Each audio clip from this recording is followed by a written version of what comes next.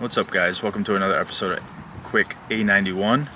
Just doing a quick product review of a couple products that I had for the A90 Supra. It would be my ArmaSpeed paddle shifters and my ArmaSpeed mud flaps. So these here from ArmaSpeed, the forged carbon paddle shift extensions, I've had for about a month now, and let me tell you what a major difference these make.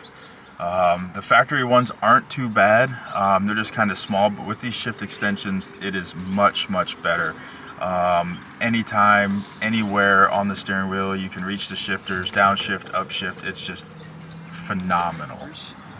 These things have helped tremendously with, the rain splashing up and the rocks and stuff like that. As you can see down here, before I had them, the factory carbon was getting all rock chipped up, but with the ArmaSpeed mud flaps, I no longer have that problem in the rear. With the fronts, same thing. Usually I used to get a bunch of rock chips. There's still some, as you guys can probably see down inside of there. I've still had some, but not as many, and especially for the water coming up and splashing onto the side fender, these ArmaSpeed mud flaps have totally eliminated that issue.